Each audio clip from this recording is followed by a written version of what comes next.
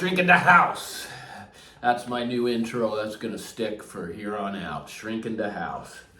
But anyways, guys, I used to watch YouTube a lot, and until I just saw the redundancy, the same thing over and over again. The new component comes in, and just how great it is.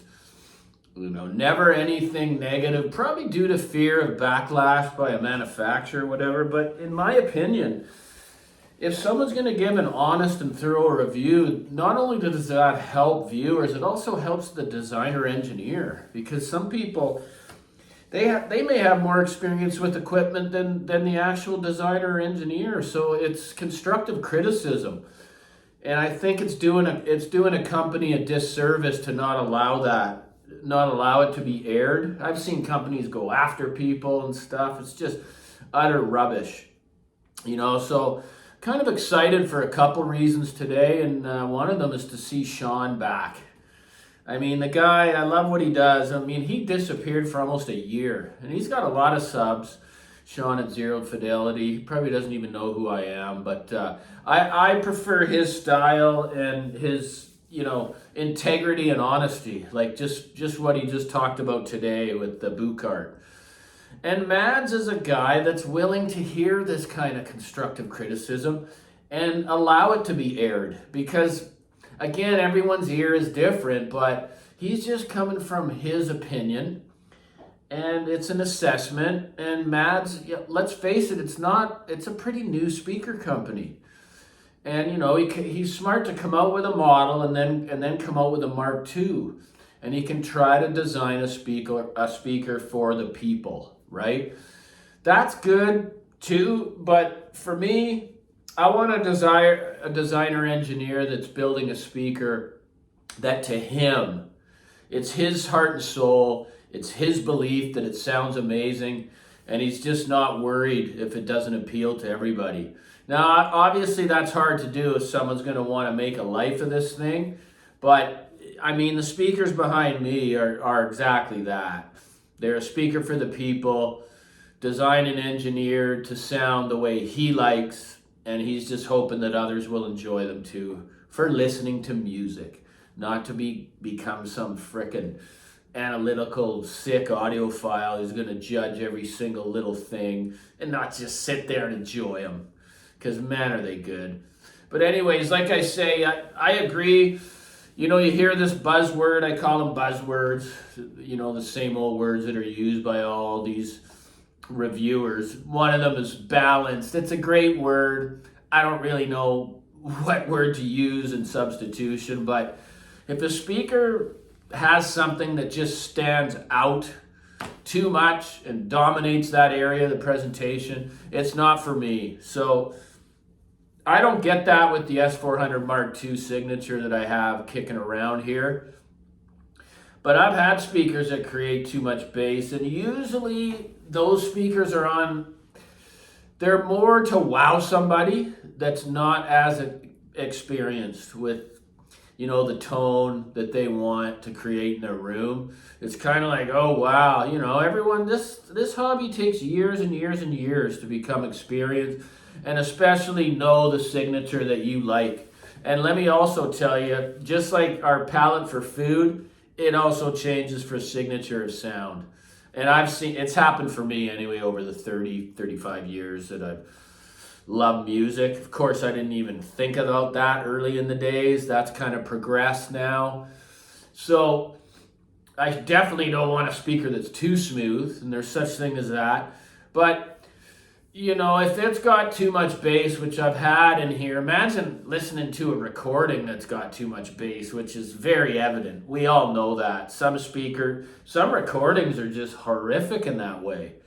They were just done wrong in the studio, and it's just there's too much bass. So imagine a speaker that portrays too much bass. Guys, it renders it unlistenable for me, right? So the word balance is probably the greatest overall term that can be used for a speaker that I look for. I don't want anything to stand out. Of course, I want a nice weighty performance, especially at low volumes. But, it's funny. I've had so many different speakers in here.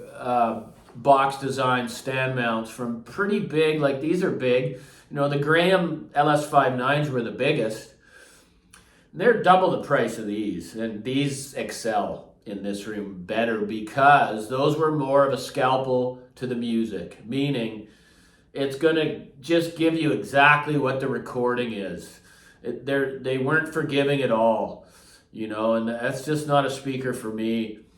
I don't want that. Of course, I want detail and resolution and smoothness at high levels and to be able to play good at low volume and all that stuff, but I don't want a scalpel. It's just not my style of listening. So what I will say is, you know, this YouTube, man, it's a hard go. And I really look up to the people that have really stamped their, you know, place as an audio person on YouTube, because, man, it'll suck the life right out of you. I don't even have any subs, and I'm tired from it because I'm trying to think of, you know, what even the bloody header for the video. It's so important, and you have to think about it. You know, Sean's not a glitz and glam guy. He just tells it like it is. It's just a very simple video. It's not even like the picture quality's not the best, but the way he delivers his message is unlike any other. It's effortless, and I'm glad to see him back.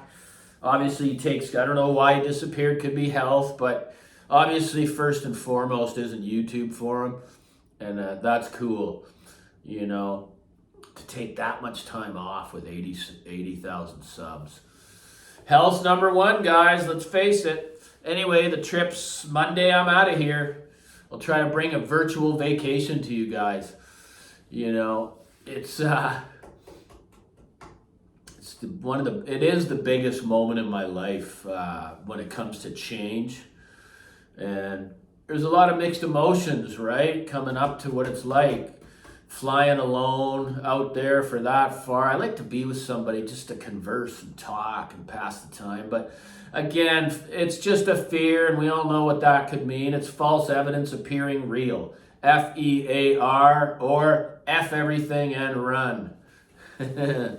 I don't know if some of you might have heard those sayings, but good to see Sean back, and hopefully we see you guys tonight live. I got a guest, and I'd love to have Sean on the channel here, you know, and there's going to be, hopefully, I've already been talking with one of the gurus, in my opinion, that we were about to do it, but I couldn't figure out how to get the split screen. Well, that's going to happen tonight at 6 p.m. Pacific.